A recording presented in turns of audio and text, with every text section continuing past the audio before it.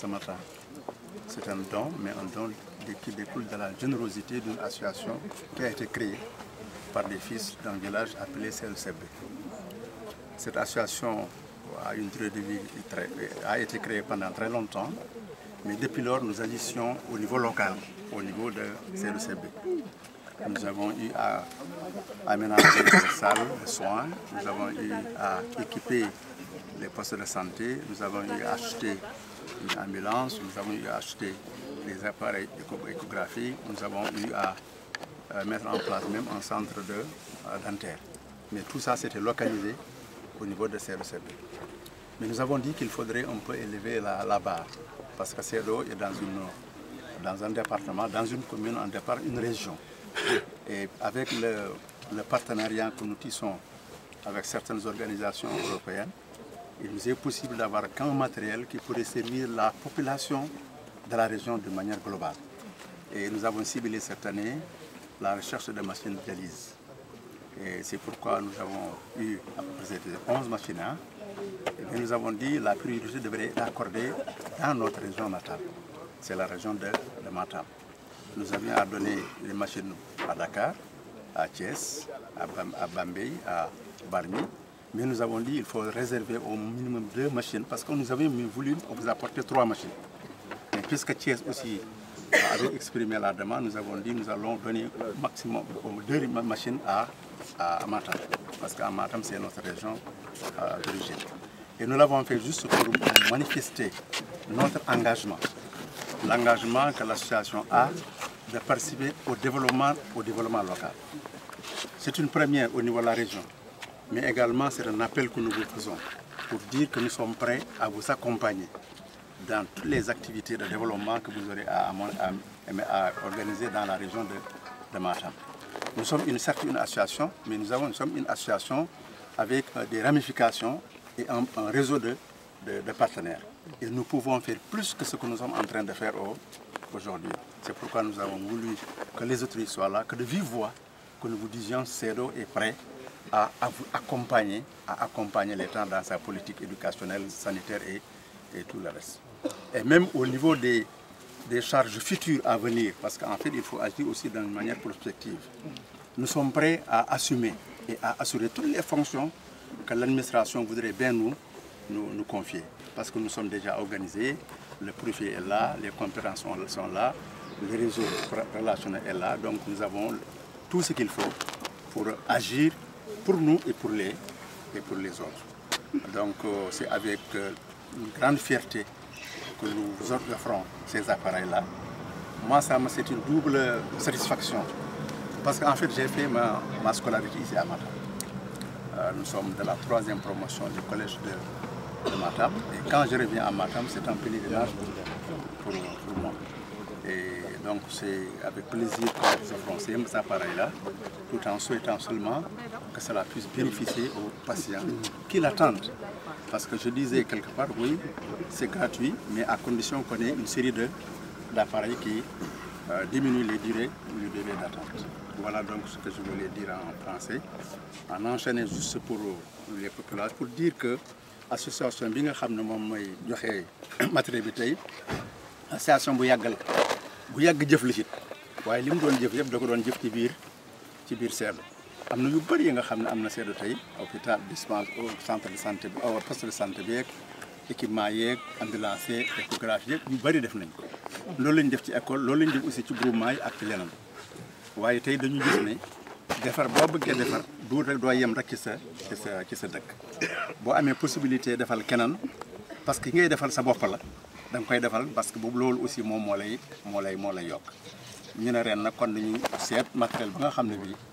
mooy matériel ba région bi mën a jëfandikoo wala département yi mën a jëfandikoo ñu indi ko loolu tax ñu ciblé ay machine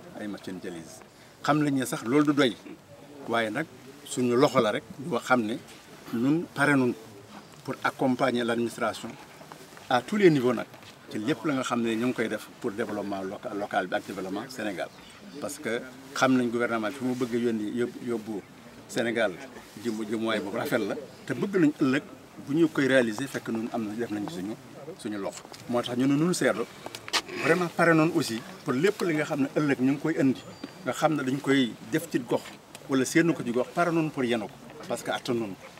am nañu profil bi am nañu moyens yi am nañu réseau de relation yi donc loolu yaakaar naa ne wax leen ko pour ngeen xam ne lépp la nga xam ne soxla ngeen ko ëllëg ci seedu rek ba leen ko bañ a wax leen ko ñun dañoo engagé pour jéem a seet na lañ ko mën a réussir incha allah di leen remercier nag ci mobilisation bi accueil bi ak considération bi di remercier particulièrement aussi le médecin le docteur Diouf parce que aussi booba léegi ñu ngi jokk ak moom ñu ngi woon aussi yoon yi nga xam ne fa la ñu war a mën a jaar donc vraiment ci gàttal c'est madame le préfet monsieur les directeurs loolu laa bëggoon rek yekkale leen au nom des populations de Sédhiou qui m'ont accompagné. Merci. gërëm aussi yéen waa Sédhiou yi fi ñëw di leen gërëm ndax ñëw bi ngeen fi ñëw déjà di leen gërëm aussi ndax li ngeen ñu fi indaale di équipement mooy liy doxal hôpital équipement nekk na daanaka lu cher loo xamante ni du fu hôpital tollu rek mun ko amal boppam wala nguur gi joxoo ko donc dafay baax léeg-léeg nit ñi ci gox ba ak nit ñi jógee feneen aussi ñu jàpp ci ba équipement mën a am je pense que li ngeen indi nii lu am solo la lu am solo la ndax dialyse mooy fii ci hôpital Matam rek la am ci région bi dialyse dafa nekk feebar boo xam te ni dafa commencé di law commencé di metti ci nit ñi aussi paj mi gën di tar donc ku ci dugal sa loxo rek ñu ngi la ci sant di la gërëm je pense que su weesoo loolu du ma def lu dul di leen ñaan aussi lii ngeen bañ ko yemale fii je pense que soo leen jokkoo ak ñun saa su ne mën nañu weccoo xalaat dañante kumpa aussi ci li ñu soxla dañante kumpa aussi ci yéen li ngeen mën je pense que il faut que ñu lënkale ñaar yooyu ñu li ñu soxla ak li ngeen mën suñu dajee day doon lu rafet lu mën a doxal hôpital jërëjëf préfet nga wax l'État ne peut pas tout faire bëgg na mais mënul lépp donc su gisee ñu ko ciy jàppale du ñu mën lu dul di leen encourager di leen exhorter à ce que ngeen di continuer di def genre acte yu mel nii population bi ñun ci lañ bokk yéen ci ngeen bokk donc yoon la ngeen gis loo xam ne amal na leen njëriñ ngeen def seen contribution maa ngi leen ciy gërëm di leen sant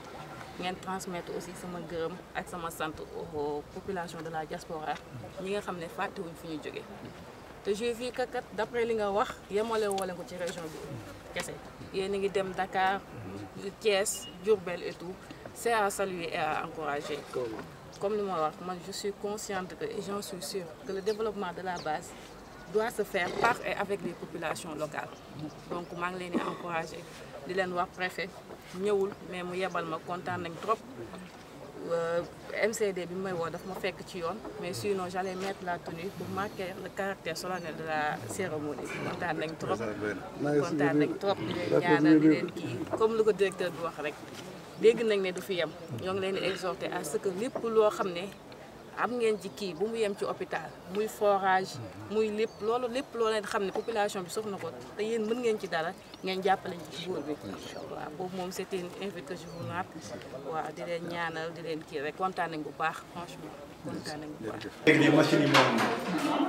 li nga xam ne moom lañ ci mën a wax rek mooy fi ñu jógee ak liñ ci yéene fi ñu jógee moom mooy association internationale de CNCB moom ay partenaires. bi mu amee partenaire rek mu ne léegi dafa war a yaatal li nga xam ne mu ngi koy defal population yi xam ngeen ne population yi moom suñu gox ba fale seetlu moom xam nañu association bi jërëñam parce que tabax na ay école équipe na ay dispensaire jënd na ambulance def na ay école lu bare léegi nag association de développement la puisque association de développement la lii ko yitteel aussi mooy mu tas ko ci biir département bi ci biir région bi puisque yàlla def na am na ay partenaires ci bitim réew mu ne kon na seet la nga xam ne lii bu ko ñu indee dana jëriñ région bi wala population yëpp damay wax ne fii Matam dëkk frontière la donc Sénégal la ak yeneen réew moo tax ñu ne dialyse lu am solo la parce que machine bi d'abord cher na ensuite defal si bopp ay dialyse aussi lu cher la donc paj mu cher la laaj kon nag ñu ne léegi nañ jublu ci loolu yàlla may leen ñu am ci ay machine biñ ci amee am machine it seen yéen a wax ko def ko tas ko ci biir Sénégal waaye ñu jagleel nag fi nga xam ne foofu lañ cosaanoo mooy région de Matam ak ñaari machine yooyu nag lañ indi woon tey doon ko jox autorité sanitaire yi ak administrative mooy préfet ak médecin chef bi ak médecin bi ak directeur hôpital bi pour ñoom ñooy xool nan lañ koy mën a doxalee mais ñun suñu yéene mooy jàppale leen ci lépp li nga xam ne mooy affaire wér-gu-yaram ba nga xam ne dinañ xam ne association bi ak SEDO def nañ ci seen loxo wax naa ci biir wax ji ne SEDO yemul foofu rek ci yéene mi ngi yem sax yéene mooy yenu lañ ko loxo nguur bi jox ci li nga xam ne ñu ngi ko séddale ëllëg lépp li ñu yaakaar ne SEDO war na ko mën a nekk nun pare nun pour SEDO nekk ko parce que am nañ profil bi am nañ potentiel bi am nañ yéene ji am nañ engagement bi wax nañ leen aussi que ne noo ngi engagé à côté seen côté administration à côté sanitaire ak ñeneen lépp la nga xam ni seen soxla la nu mën ciy def suñu loxo nun pare nañ ñu def ko ci donc SEDO pour SEDO la waaye SEDO aussi pour commune bi la pour département bi pour région pour réew mi la loolu daal moo ñu fi indoon fii ñu war a joxe machines yi mooy ñaari machines dialyse yemuñu foofu nag parce que association bi indi na machines yi nga xam ne am na Kaolack yónnee nañ ci Kaolack yónnee nañ ci Dakar yónnee nañ ci Bambey yónnee nañ ci Bargny ci fan yi danañ dem Thiès aussi joxe fee machine donc daal ci gàttal loolu mooy suñu yoon fii ci Matam